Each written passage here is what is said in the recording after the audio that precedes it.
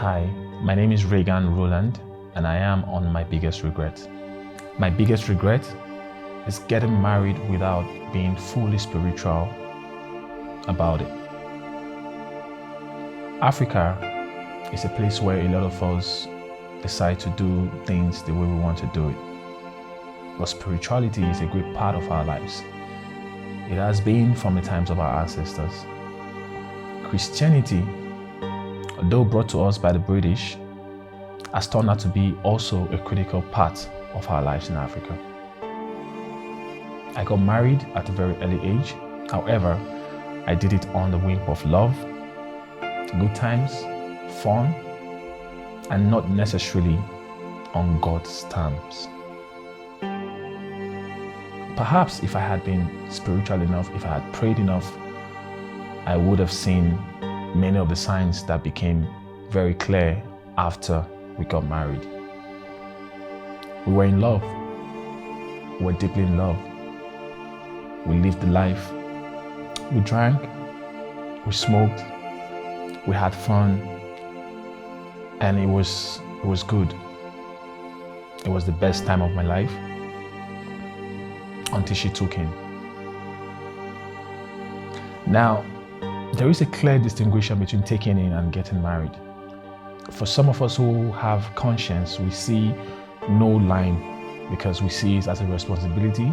We don't leave women stranded, and therefore we go out and we get married to them. However, if I had been spiritual enough, like I said earlier, perhaps I could have discerned that I needed to take it one step at a time. Just because she took in for me doesn't mean that she's ready to be married to me.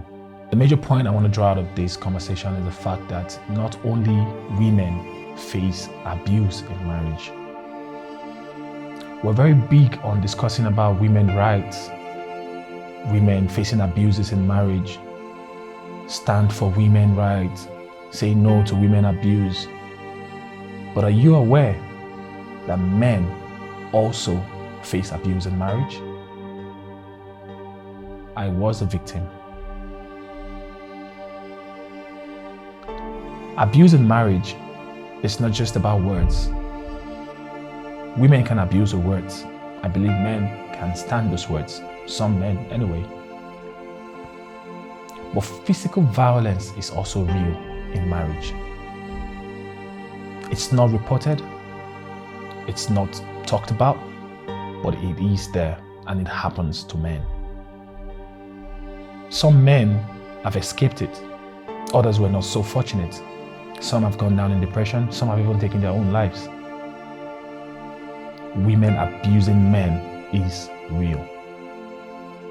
And that is why I have made it my life's mission. I haven't gone through a series of episodes like that myself to educate men on how to mitigate when they find themselves in this kind of situations. Because trust me, it is hard for a man to tell you he's been abused by his wife. It is hard for a man to come out and tell anyone that his wife is abusive. What you see most of them do is pretend when they're outside, like it is all good, and then when they get home, they become punching bags for their wives. It was like that for a long time for me until I said no. For my mental health, for my mental state of mind, and for the mental health of my children, I had to take a decision. I was fortunate that I was able to take a decision. Not all men are. Some are stuck to that relationship. Some die in that relationship. Therefore, I have made it my life's mission to help men who are facing similar situations, talk them through it. I find it comforting to talk about these things because having gone through it myself, I found out that talking about it is the first step to healing, is the first step to becoming better, is the first step to taking back control of your life as a man. So I'm here. If you hear this and it resonates with you, there is no shame in it. I'm going to be starting a talk show very soon where we can talk about these things. It's okay if you don't want your face to be seen. I have made a bold decision and a bold step to make my face seen. Yes, I was abused. But it's okay if you don't want your face to be seen. We can have you talk to us, talk through what you're going through, and you'll be surprised at the kind of peace you can find by talking about it. You'll be surprised at the kind of solutions you might also come across that could help you mitigate what you're currently going through in that abusive marriage. I really regret that I didn't take charge of spirituality in my family when I was married. The first 2 years of our marriage was on a whim. I wasn't spiritual, I wasn't prayerful, because I thought, she would grow up, she would come to understand the fact that we were no longer, in the world as it used to be.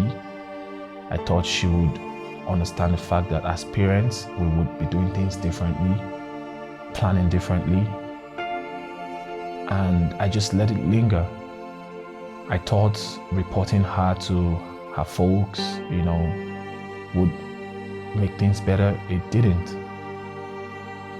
I regret not leading her to Christ sooner. I regret not taking out the time to talk about Christ to her more. When I finally got the zeal and the urge to do that, she was already given to alcoholism at its height, so much that I couldn't buy alcohol in my own house anymore. I used to own a bar, I used to stock up alcohols in the house, but I couldn't anymore because I had created, it felt like I had created an opportunity for her to, thrive with alcohol. It was easier for me to accept the fact that I wouldn't be able to do anything anymore for her than to keep pushing after 4 years. Because time, they say, waits for no one. And raising 2 kids who were clearly beginning to show signs of PTSD because of being in a hostile environment where those they're supposed to look up to as parents were always yelling at each other, more especially from one party to the other. My son got so paranoid at some point when he hears me raise my voice. He rushes down to tap me and say, Dad, it's okay, thinking maybe it's the same kind of episode with the mom.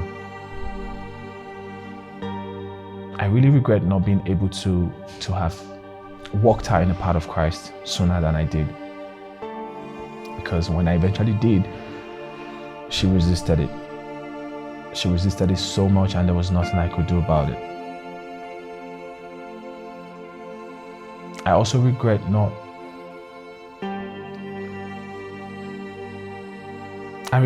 really putting in my best effort towards helping her know Christ. Really, I think I could have done better. Perhaps if I had, just maybe my marriage would have been saved. But this is my regret. And abuse in marriage is real.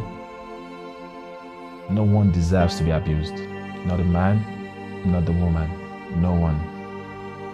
But oftentimes we don't talk about the abuse the men face. It is real. I would just like to say to my biggest regret, thank you for this platform to be able to air out this regret.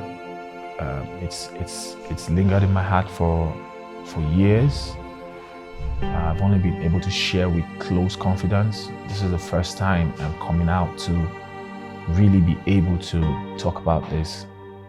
I don't know how many millions of people this is going to affect. I don't know how many thousands of people this is going to get to, but if you're watching this, if you're listening, I just want to say thank you for the opportunity to relieve myself of this regret.